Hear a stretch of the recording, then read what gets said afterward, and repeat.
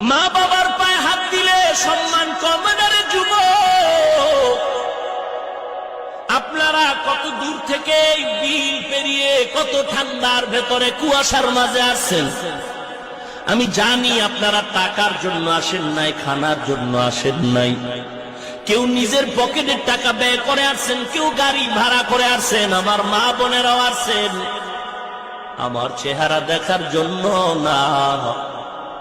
আল্লাহ আমাকে সম্মান দিয়েছেন, আল্লাহর কসম কোরআন শরীফ সামনে। আপনাদেরকে দেওয়ার মতো আমার ইলম নাই, কোনো আমলও নাই। তবে এই সম্মানের চেয়ারে বসার পেছনে ইলম আমল কিছুই না, একমাত্র কারণ আমার মা বাবার চোখের পানি আর আল্লাহওয়ালার নেক দোয়া।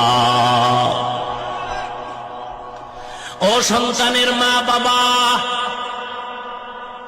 ও সন্তান, অন্যায় যদি করো তাড়াতাড়ি মা বাবার কাছে ক্ষমা নাও। আল্লাহর নবী কথাটা বলা মাত্র এক সাহাবী দাঁড়ায় বলেন, ও পয়গম্বর, আমার মা